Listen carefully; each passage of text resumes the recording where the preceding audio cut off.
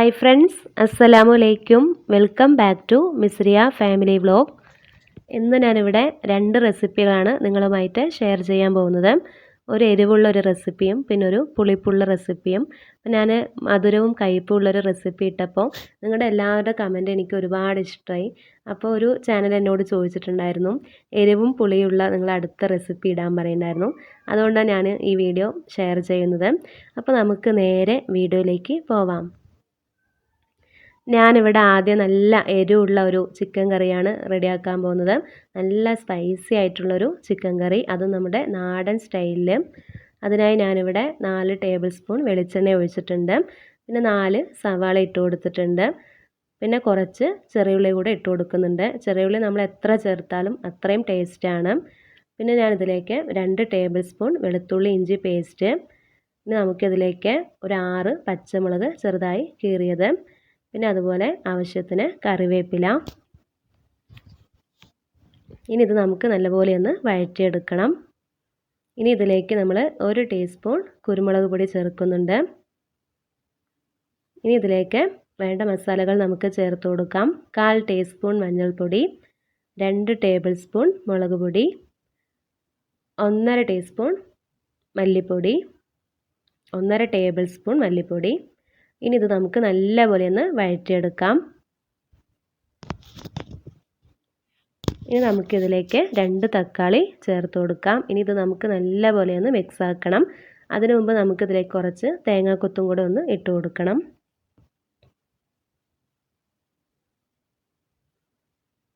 അപ്പോൾ ഞാനിവിടെ കുറച്ച് തേങ്ങാക്കൊത്തും കൂടെ ഇട്ടിട്ട് നമുക്ക് ഈ തക്കാളി ഒന്ന് ഉടഞ്ഞ് വരുന്നവരെ നമുക്ക് നല്ലപോലെ ഒന്ന് വേവിച്ചെടുക്കണം. അതിനായി നമുക്കിതൊന്ന് 10 മിനിറ്റ് ഒന്ന് അടച്ചു വയ്ക്കാം. അപ്പോൾ നമ്മുടെ തക്കാളിയെല്ലാം നല്ലപോലെ വഴണ്ട് വന്നിട്ടുണ്ട്. ഇനി ഞാനിതിലേക്ക് 1 കിലോ ചിക്കൻ എടുത്തിട്ടുണ്ട്. ഉപ്പും മഞ്ഞൾപ്പൊടിയും കൂടെ ചേർത്ത് മിക്സാക്കിയതാണ്. ഇനി നമുക്കിത് നല്ലപോലെ ഒന്ന് മിക്സാക്കി നമുക്ക് വെള്ളമൊന്നും ഒഴിക്കാതെ നല്ലപോലെ നമുക്കൊന്ന് സിമ്മിൽ വെച്ചിട്ട് നമുക്കൊന്ന് വേവിച്ചെടുക്കാം. നല്ലൊരു നാടൻ സ്റ്റൈലിലാണ് ഞാനിത് ഉണ്ടാക്കുന്നത്. ഇനി നമ്മുടെ ചിക്കൻ ഒന്ന് വെന്ത് വരുന്നവരെ നമുക്കൊന്ന് വെയിറ്റ് ചെയ്യാം. ഒരു 20 മിനിറ്റ് ഞാനതൊന്ന് വെച്ചിട്ടുണ്ട്. ഇപ്പോൾ ഇതാ കണ്ടില്ലേ, ചിക്കനിൽ വെള്ളമെല്ലാം വന്നിട്ടുണ്ട്. നമ്മൾ വെള്ളം ഒഴിക്കേണ്ട ആവശ്യം ഉണ്ടായിട്ടില്ല. ആ വെള്ളത്തിൽ തന്നെ നമ്മുടെ ചിക്കൻ വെന്ത് വന്നോളും. ഇനി നമുക്കിതിലേക്ക് 1 ടീസ്പൂൺ ഗരം മസാല ചേർത്ത് കൊടുക്കാം. ഇപ്പോൾ നമ്മുടെ ചിക്കനൊക്കെ വെന്ത് വന്നിട്ടുണ്ട്.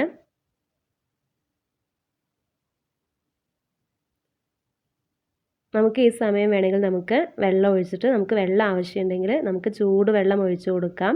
ചൂടുവെള്ളം ഒഴിച്ചിട്ട് നമുക്ക് കുറച്ചും കൂടെ ഒന്ന് വേവിച്ചെടുക്കാം. അപ്പോൾ നമ്മുടെ ചിക്കൻ കറി ഇവിടെ നല്ല നാടൻ സ്റ്റൈൽ, നല്ല സ്പൈസി ആയിട്ടുള്ളൊരു ചിക്കൻ കറി ഇവിടെ റെഡി ആയിട്ടുണ്ട്.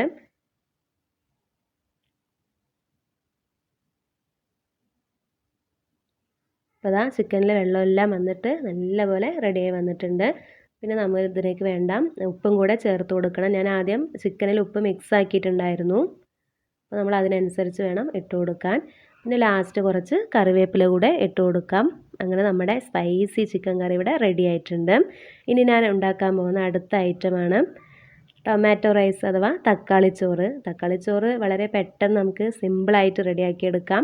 കുട്ടികൾക്ക് സ്കൂളിലൊക്കെ പോകുമ്പോൾ അവർക്ക് ലഞ്ചായിട്ട് നമുക്ക് ഉണ്ടാക്കി കൊടുക്കാം. അതിനായി ഞാനിവിടെ ഒരു പാൻ അടുപ്പിൽ വെച്ചിട്ടുണ്ട്. അതിലേക്ക് ആവശ്യത്തിന് ഓയിൽ ഒഴിച്ചു കൊടുത്തിട്ടുണ്ട്. പിന്നെ നമുക്കതിലേക്ക് കടുക് പൊട്ടിച്ചു കൊടുക്കാം. കുറച്ച് കറിവേപ്പില ഇട്ട് കൊടുക്കാം. പച്ചമുളക് നമ്മുടെ എരിവിന് അനുസരിച്ച് ചേർത്ത് കൊടുക്കാം. ഇനി ഞാനിതിലേക്ക് 2 സവാള ചേർത്ത് കൊടുക്കുന്നുണ്ട്. അപ്പോൾ ഇവിടെ മക്കൾക്ക് ഭയങ്കര ഇഷ്ടമാണ് ടൊമാറ്റോ റൈസ്, അവർക്ക് ഭയങ്കര ഇഷ്ടമാണ്. അപ്പോൾ കറിയൊന്നും ഇല്ലാത്ത ടൈമിൽ ഞാനിങ്ങനെ ചെയ്ത് കൊടുക്കാറുണ്ട്. നമുക്ക് നല്ലപോലെ ഒന്ന് വഴറ്റിയെടുക്കാം. ഇത് നമുക്ക് ബ്രേക്ക്ഫാസ്റ്റിനും കഴിക്കാം. പിന്നെ അതുപോലെ മക്കൾക്ക് സ്കൂളിലൊക്കെ കൊണ്ടുപോകാനും ചെയ്ത് കൊടുക്കാം. ഇനി നമുക്കിതിലേക്ക് കുറച്ച് മഞ്ഞൾപ്പൊടി ഇട്ട് കൊടുക്കാം. ഒരു 1/4 ടീസ്പൂൺ മഞ്ഞൾപ്പൊടി ചേർത്ത് കൊടുക്കാം.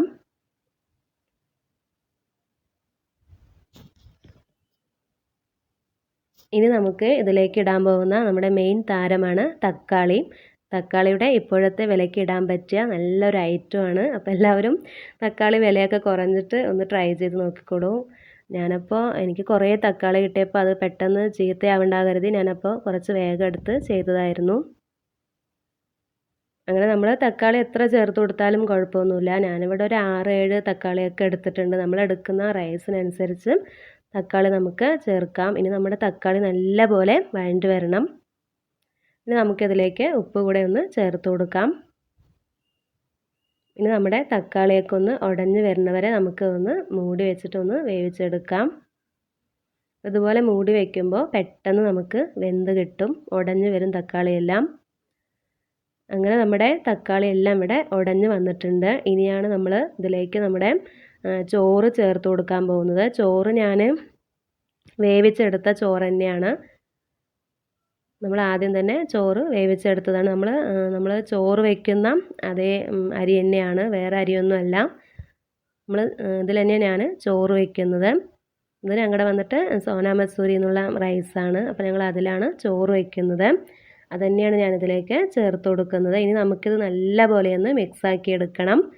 അപ്പോൾ ഇത്രയേ ഉള്ളൂ നമ്മുടെ ടൊമാറ്റോ റൈസ്. പുളിപ്പൊക്കെ ഉള്ളൊരു റൈസാണ്. കുട്ടികൾക്ക് തിന്നാൻ നല്ല ഇഷ്ടമാണ്. ഇതിൻ്റെ കൂടെ കുറച്ച് അച്ചാറോ പപ്പടോ എന്തെങ്കിലും കിട്ടിയാൽ അവർക്ക് കഴിക്കാൻ ഭയങ്കര ഇഷ്ടമാണ്.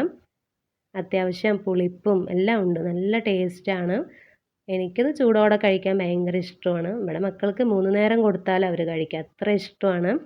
അങ്ങനെ എൻ്റെ ഇന്നത്തെ റെസിപ്പി നിങ്ങൾക്ക് ഇഷ്ടമായെങ്കിൽ ലൈക്ക് ചെയ്യാനും ഷെയർ ചെയ്യാനും കമൻറ്റ് ചെയ്യാനും മറക്കരുത്. ആദ്യമായിട്ട് കാണുന്ന ഒന്ന് സബ്സ്ക്രൈബ് ചെയ്യണം. ഇത്ര നേരം എൻ്റെ വീഡിയോ കണ്ട എൻ്റെ എല്ലാ കൂട്ടുകാർക്കും ഒരുപാട് നന്ദി.